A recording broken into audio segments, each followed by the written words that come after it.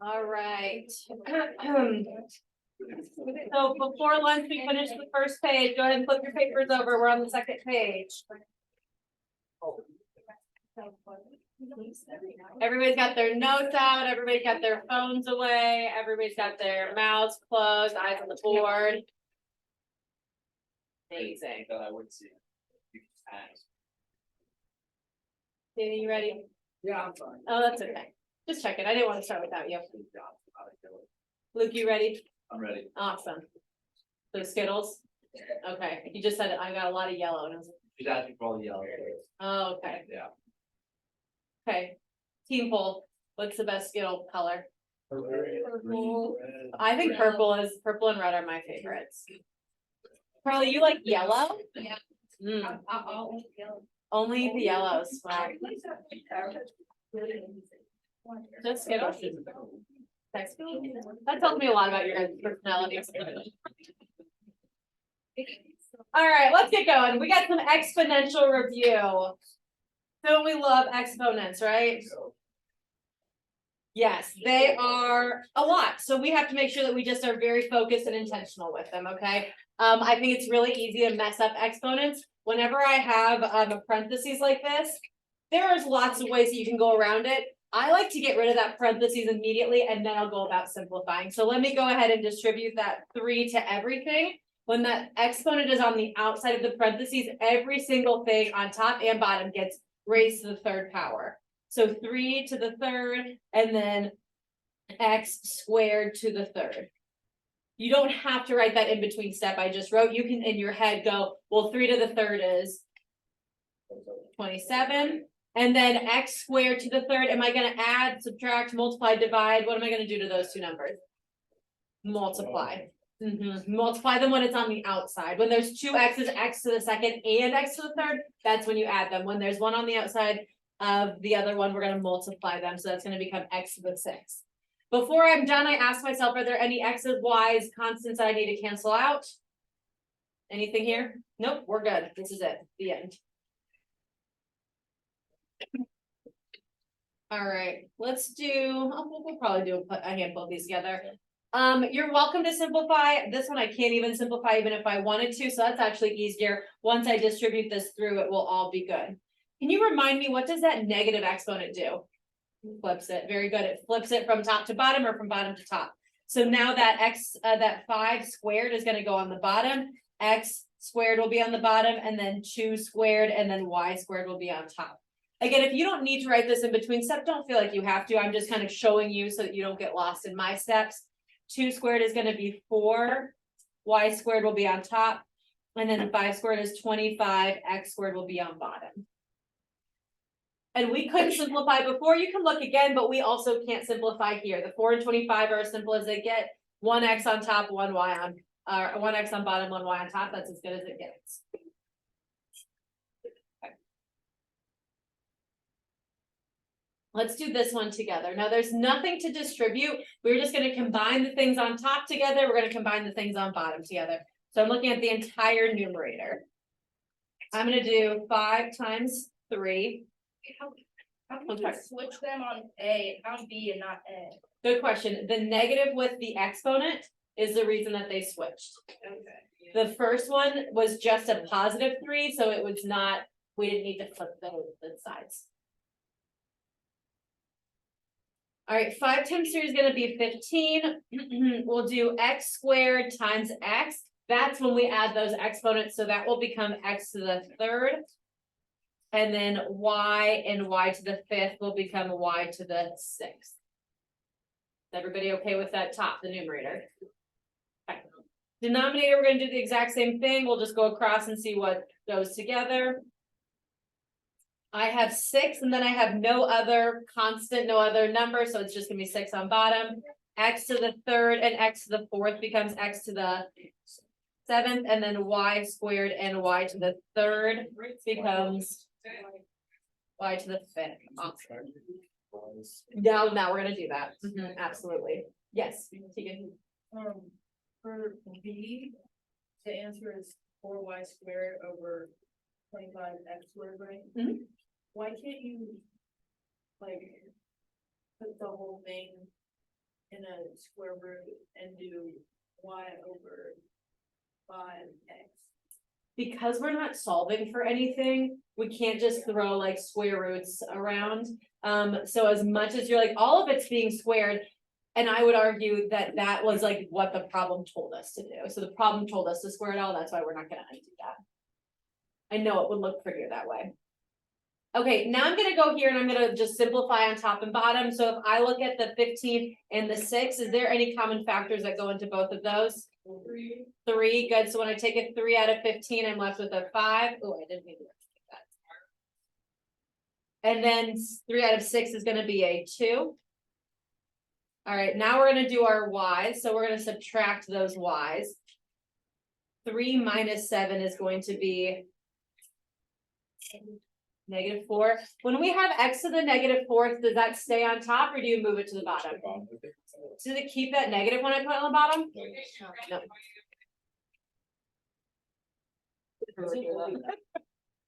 Danny. Is it only the X maybe not?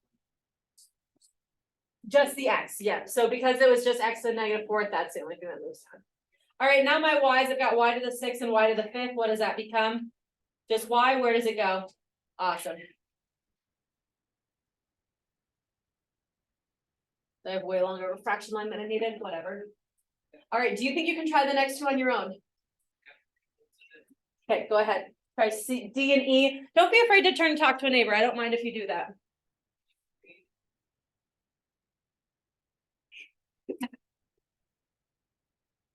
This one's kind of a lot. I'll start working on it on the board if you need to check in with me.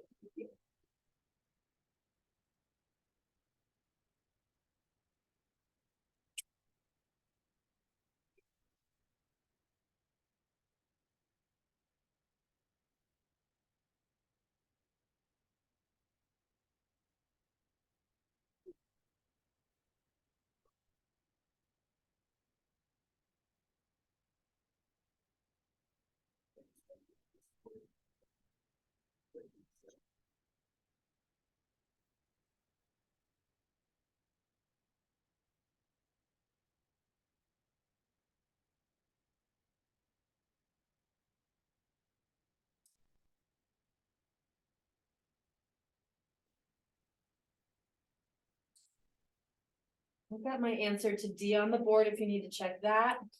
I have to keep the one. Nope, doesn't matter.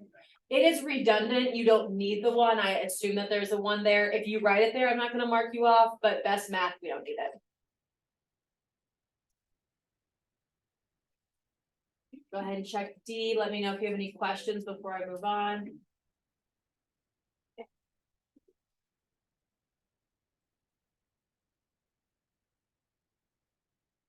Now in letter E, you have the option, you can simplify everything inside and then raise it to the -2.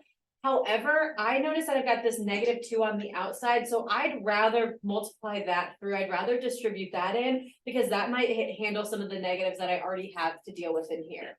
Because too many negatives I really don't enjoy, so if I can just get rid of that by distributing that through.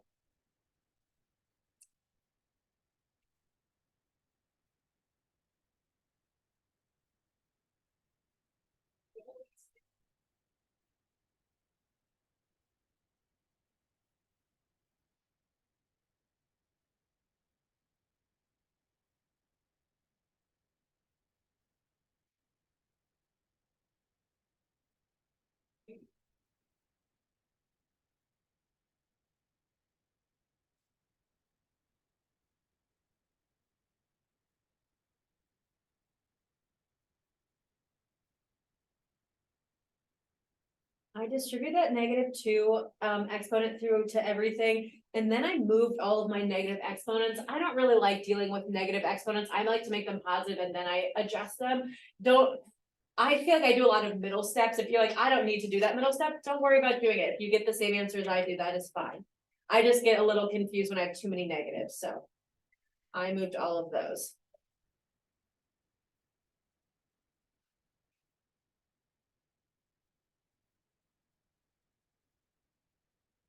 Then I moved it all, and then I still have one more simplifying to do.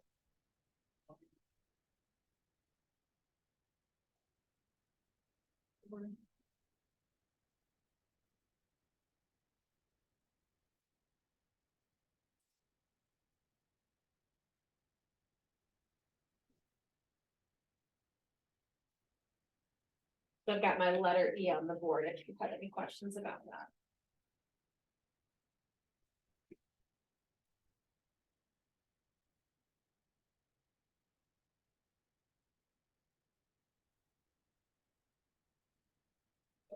All right, how are we doing so far? Do you have any questions? Exponents aren't terrible, right? It's just like, there's a lot of little steps and there's a lot of chances to get lost. So just make sure you cross all your T's, dot all your I's, be really careful with all the little steps, okay? All right, you guys ready to move on? Let's do a little scientific notation. Remember when we have scientific notation, we write it by times 10 to whatever power. When I move it, when it's a really big number and I move my decimal place to the left, is that going to be 10 to a positive number or 10 to a negative number? Positive number. I like to think really big means a positive exponent. So I moved it 1, 2, 3, 4 places. So it's gonna be 10 to the 4th. And we always have to move it so it's like the first number decimal and then all the other numbers behind it. So just move it to like the first spot where it's important. Okay. That being said, when you've got a really small number and we move the decimal to the right, 1, 2, 3, 4, this time it's going to be negative. So it's going to be 1.6 times 10 to the negative 4. I remind myself negative exponent means really small number. All right. Now, when we're starting to do some multiplying, dividing, all that fun stuff, I like to think about treating this like our exponent rules like we just handled. Could you put this directly in your calculator? Yes, and I can show you how to do that so that you do it correctly. But let me show you how to do it by hand just in case. So the first thing we would do is we would divide these two numbers right here. I'm not going to make you do that by hand. It does work out pretty evenly. It's just going to be 3. And we can put that in the calculator once I pull my calculator out. But divide those first two numbers first, okay? Then what I'm going to do is treat my exponents with the same rule as I did before. I've got 19 and I've got -3. We're going to just minus those two numbers. 19 minus -3. You essentially end up adding them. So it's going to be 10 to the 22nd. Now, if I prove that on my calculator, if I put this in, I want to put parentheses around the entire numerator, or put parentheses around the entire denominator. So I do parentheses 3.6 times, and then I can type in 10 caret, and I can do whatever exponent I want. Okay, so I can do 19. Then I can exit out and close my parentheses. When I go to the bottom, I do the exact same thing. I do believe there's another button. I think if you press second log, it just gives you 10 raised to that power. Have you guys used that before, maybe? Yeah, okay, perfect. So you don't have to do times 10 caret, whatever. You can do it was second, and then it was this log button, and it gives me 10 raised to that power. Oh no.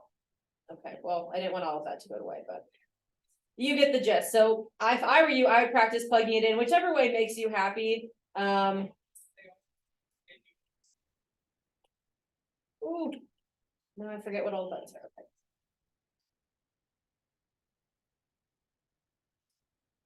-3rd. Okay. And then if I plug that in, I get the exact same answer I got by hand. You see how the calculator gives it to me as an E and then 22? That means 10 to whatever power that is. 22 is the power of 10 that I got when I did it by hand. Does that make sense? So that you can either do it in the calculator, or you can practice doing it by hand and then check your work in the calculator. Okay, that goes for these other ones where there's a lot more. So again, I can do this by hand. I'll show you this first one by hand. Well, half by hand, because I'm not multiplying these two by hand today. 1.5 times 7.6 is going to be 11.4. And then when I'm dealing my exponent rule here, we're going to add these two because it's 10 to the 6 times 10 to the 10th, or 10 to the 9th. So that's going to be 10 to the 15th. Is that answer done though? What do I need to do? Good, move that decimal over to 1.14. What will that make my new exponent? 10 to the 16th. Likewise, if you like plug it in the calculator, I can do the same thing I just did before. Parentheses 1.5 times 10 to the 6, and then keep my parentheses 7.6 times 10 to the 9th. And that should get me exactly what I just got, 1.14 times 10 to the 16th. Okay. Can you try the next one without me? I don't care if you do it in the calculator or by hand.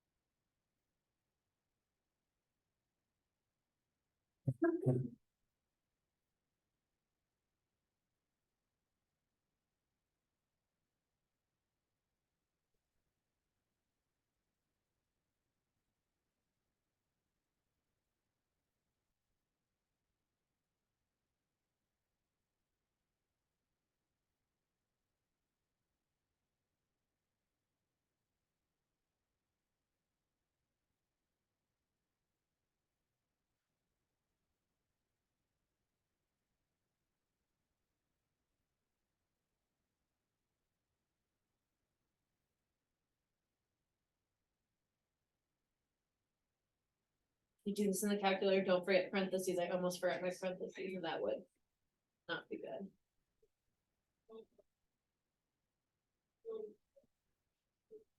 The only problem is if you put that straight in the calculator, I don't know if any of you guys did, it doesn't put it for you in, or doesn't give you your answer in scientific notation.